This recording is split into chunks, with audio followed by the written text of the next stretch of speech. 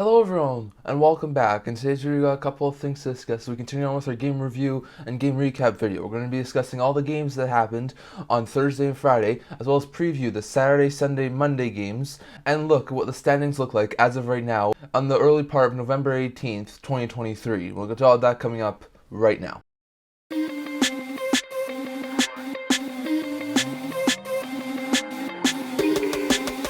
Hello and welcome back to another video here at the Intent Talkie channel. Now remember, before I start this video, don't forget to like this video and subscribe down below. We are so close to 100 subscribers, I'll never be able to do this with all of you guys. We're only a handful of subscribers away, so if you haven't already, don't forget to subscribe down below. But to start this video, we're going to be once again doing another game review recap from the last 2 days of NHL action. We've had a lot of good NHL games. We had 9 games on Thursday. We had 3 games on Friday. We'll start with the games of Thursday. There was a lot of really great action. We'll start with the first of the Sweden games. That was between the Detroit Red Wings and the Ottawa Senators in Sweden.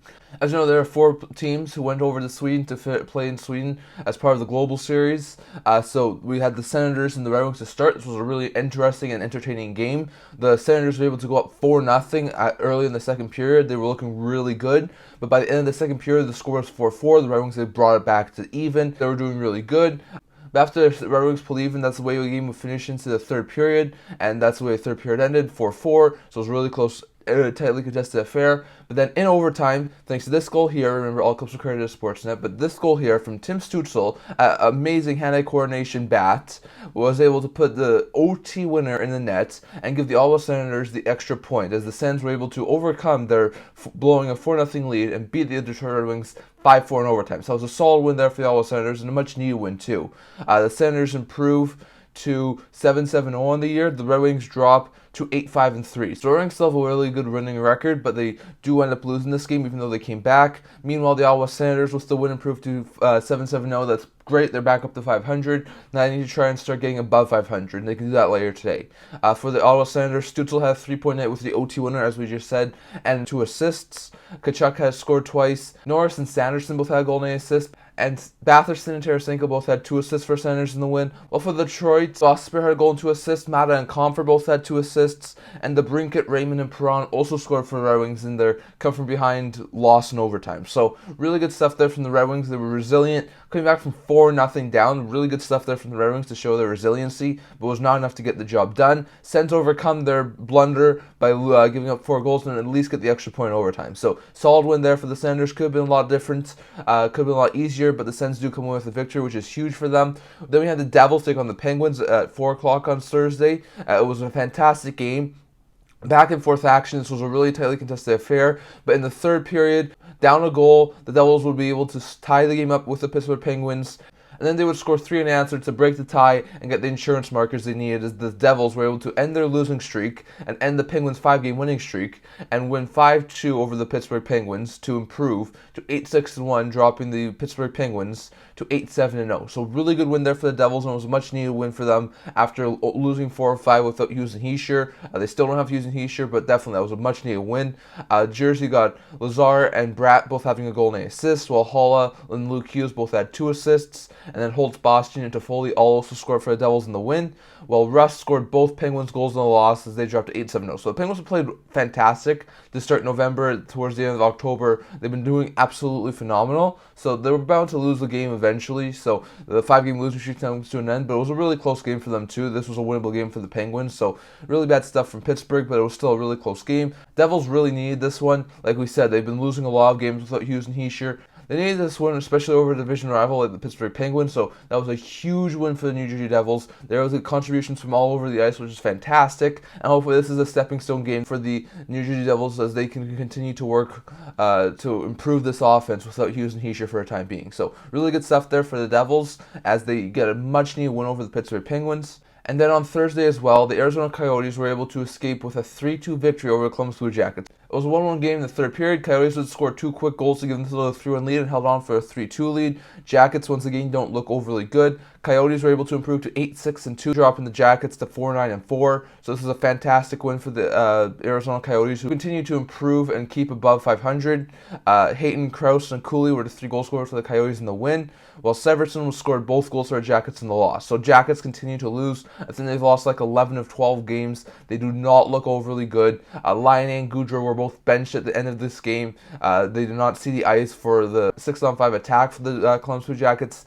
This does not look like an overly good Columbus Blue Jackets team. This is not the Jackets team that I thought I was expecting to at least compete for the playoffs. Not make it, of course, but still at least I was expecting them to be competitive and be in the high 80s point-wise, and they have not shown to be like that team. So definitely, Jackets need to fix some things so they can turn the ship around as they've continued to lose.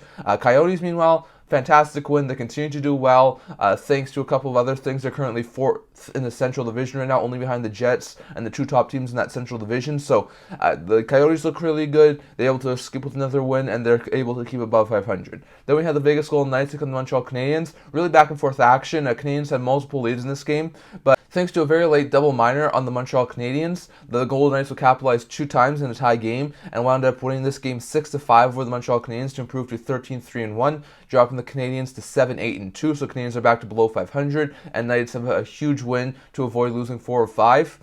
The Knights were able to get Shea Theodore having a 4-point night with a goal and 3 assists.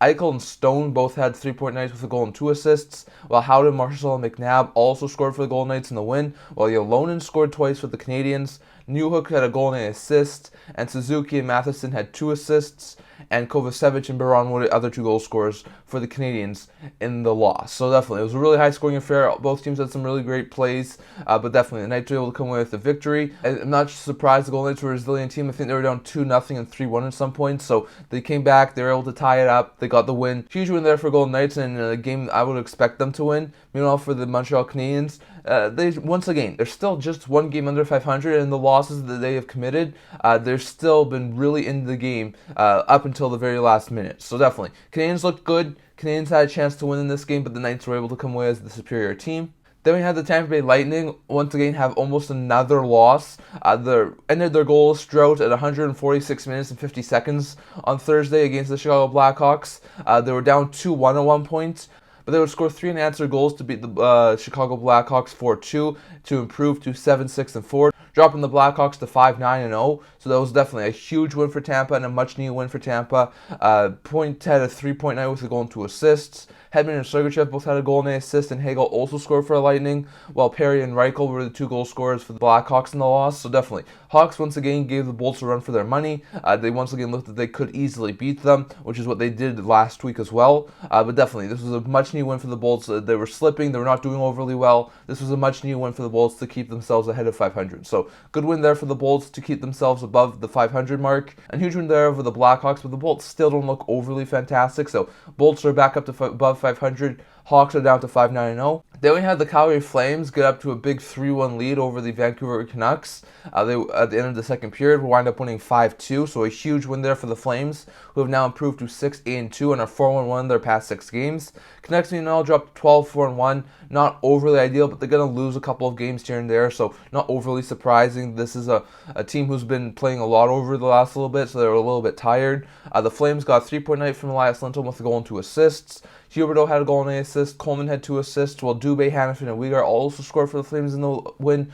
And Pettersson and Höglander scored for the Canucks in the loss. So it was a really close game up until the last little bit when the Flames iced it with an empty netter. Really good stuff there from the Flames and from the Canucks. Both teams had a really good game, but it was the Flames who came in with the victory. So Flames with a much-needed victory, now only 2 games below 500, while the Canucks dropped to 12-4-1 and are back to 2nd in the Pacific Division after the Knights win. So really good stuff there from the Flames and the Canucks. Then we had the Kraken come back and beat the New York Islanders 4-3 in a shootout. Apparently, it's their first shootout win in an extremely long period of time. They improved to 6-4, and the Islanders, who continue to slump, drop down to 5-6-5 on the season. Yamamoto had a goal and an assist, but Niers and Wimberg also scored in regulation, while Bjorkstrand, Eberle, and Yamamoto all scored in the shootout for the Kraken. Meanwhile, for the New York Islanders, Barzal had 2 assists, Lisa Zekas and Dobson all scored in regulation, while Horvat and Wallstrom scored in the shootout for the Islanders in the loss. So it was a really close game. The Islanders, though, did have another lead, just like they did on Wednesday against the Vancouver Canucks, and they would lose. They gave up the game-tying goal and then lost in the shootout to a team who has not won in the shootout for an extremely long period of time. So definitely, it was a bad game for the Islanders. They continue to fall. I think they're only 1 win in their last 7 or 8 games. So they do look overly good, and there's a very likely chance that if something doesn't change, something's going to happen for the Islanders. So going to be interesting to see, but Kraken with a huge win improved to only 2 games below 500, and Islanders with the loss dropped down to still 1 game under 500. Then we had last two games on Thursday night be the Sharks and the Blues and the Kings and the Panthers. For the Sharks and the Blues, it was a fantastic game from the San Jose Sharks. They would open the scoring in the first period.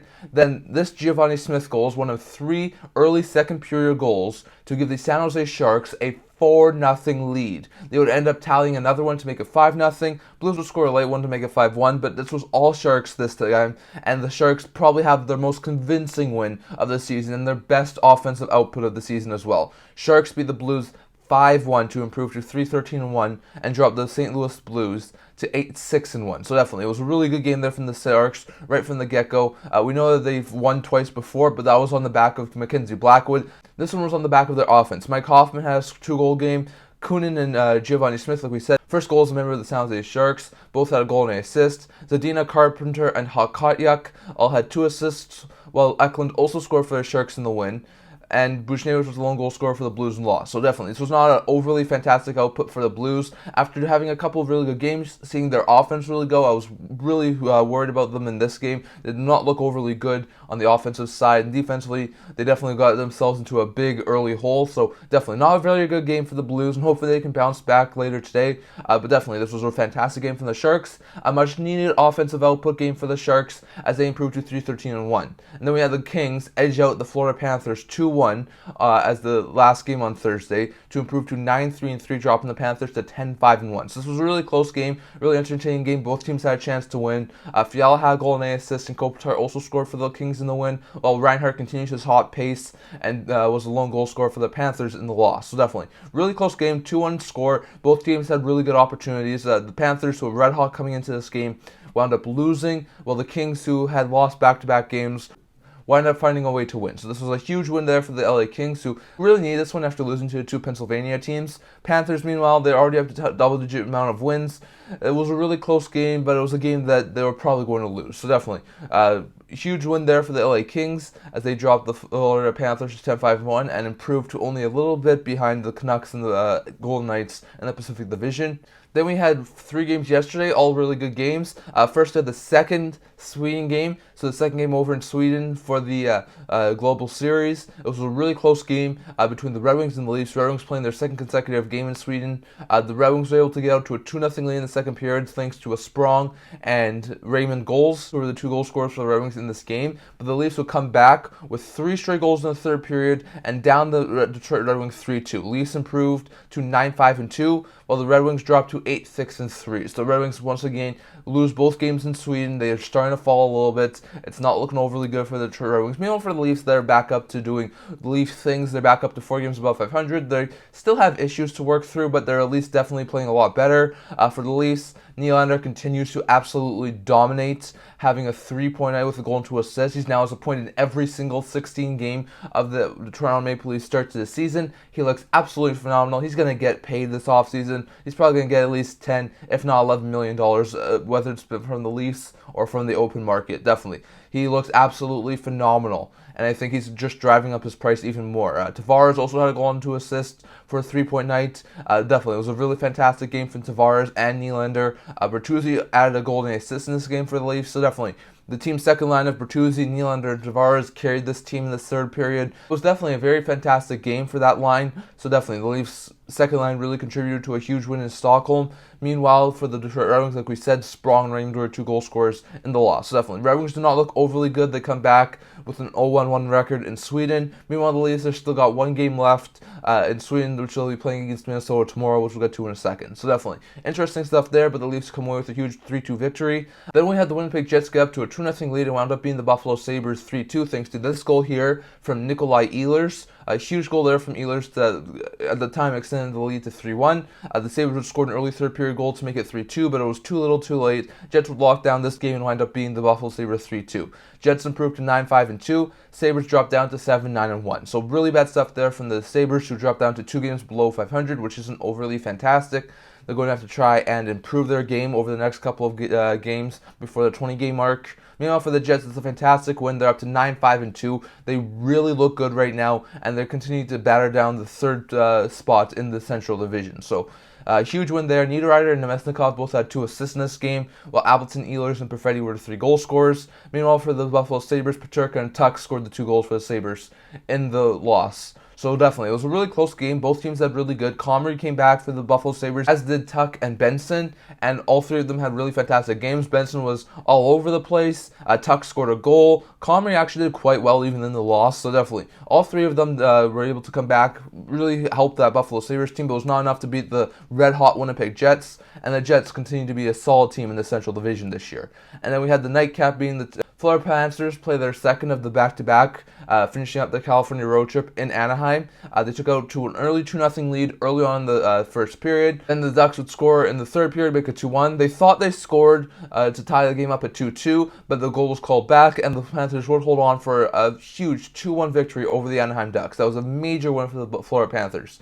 Panthers in this game got Ekblad and Montour back, and they improved to 11-5-1 while dropping the Anaheim Ducks to 9-8-0. So definitely, Ducks continue to do overly well. They've been so-so over the past couple of games. After their 6-game winning streak, I think it was, they've been about 500. So they're not doing overly bad, but they're not doing overly great either. For the Panthers, this was a much-needed win. After losing to the Kings on Thursday, they were able to get the win on Friday, and they definitely get a huge win. OEL and Louis Dorainen were 2 goal scorers. Lundell added 2 assists, while Vetrano was the lone goal scorer for the Ducks in the loss. So definitely, Vetrano continues to score and up his value right now for the Anaheim Ducks, who continue to be above 500 for the time being. For the Florida Panthers, they're up to 11-5-1. They're the second best team in the Atlantic Division right now. They continue to look absolutely phenomenal, and Panthers are continuing to do well with now their top 2 defensemen back in the lineup. So definitely, really interesting stuff there, but that was a really good game for the Panthers as they continue to beat some really good teams over the past little while. So definitely, those are your game review updates. Those are your 12 games from the past 2 days.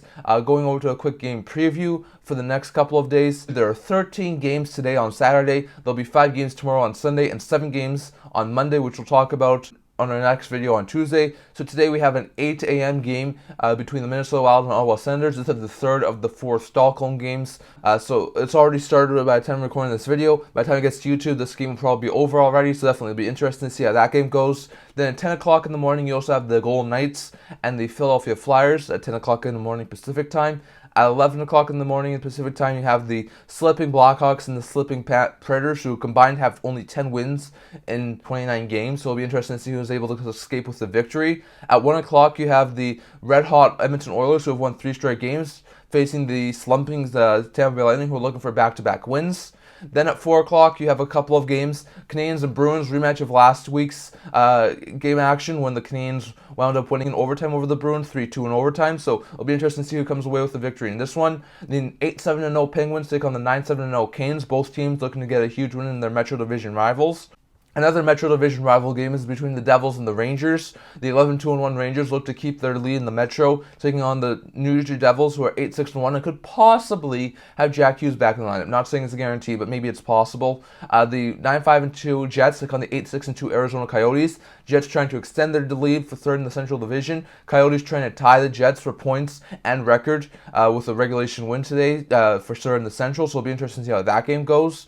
The slumping New York Islanders take on the pretty decent Calgary Flames. Both teams looking to get closer to 500. Islanders looking to get to 500. Flames looking to get within 1 game of 500. So it'll be interesting to see how those 2 games go. The Columbus Blue Jackets, like we said, are slumping right now. Only have 1 win in their last 12. Are taking on the red-hot Washington Capitals, who are currently second in the Metro Division.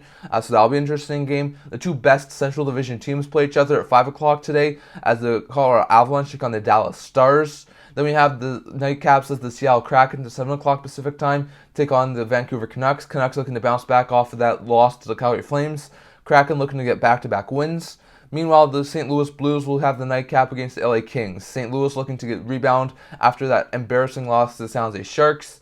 Kings, meanwhile, look for back-to-back wins after beating the Florida Panthers on Thursday. Then on Sunday, we have 5 games at the NHL. 5 a.m. Pacific time, the Toronto Maple Leafs will take on the Minnesota Wild. A really interesting game there. It's the final Sweden game of the 4 Global Series games that are going over in Sweden, so it'll be the last of the Global Series games. It'll be interesting to see how that one goes. Then you have the Jackets take on the Flyers. It'll be interesting to see if the Jackets can win that game. The Red Hot Golden Knights will take on the Penguins, who are going to be an interesting game there. Then you have the Sabres take on the Blackhawks at 4 o'clock, and you have the Blues take on the Ducks at 5 o'clock. So it'll be interesting to see how those games go. And then on Monday, we have 7 games. At 4 o'clock in the afternoon, we have the Oilers taking on the Panthers, and we have the Bruins taking on the Lightning. At 5 o'clock, you have the Rangers taking on the Stars. You also have the Preds taking on the Avalanche. At 6, you have the Kings and the Coyotes. And then at 7, you have the Flames, Kraken, and Sharks, Canucks. And those are your games for the next couple of days. We'll touch on all of those games back on our next video on Tuesday. And then we have the current standings as of right now for the NHL. The Bruins lead the Atlantic Division with 26 points, followed by the 23-point Panthers and the 20-point Maple Leafs. Then the 23-point New York Rangers are first in the Metro Division, followed by the 18-point Capitals and the 18-point Canes. Then you have the 19-point Red Wings and the 18-point Bolts as their 2 wildcard teams, followed by the 17-point Devils, 17-point Flyers, 16-point Penguins, 16-point Canadiens, 15-point Islanders, 15-point Sabres, 14-point Sens, and the lowly 12-point Columbus Blue Jackets.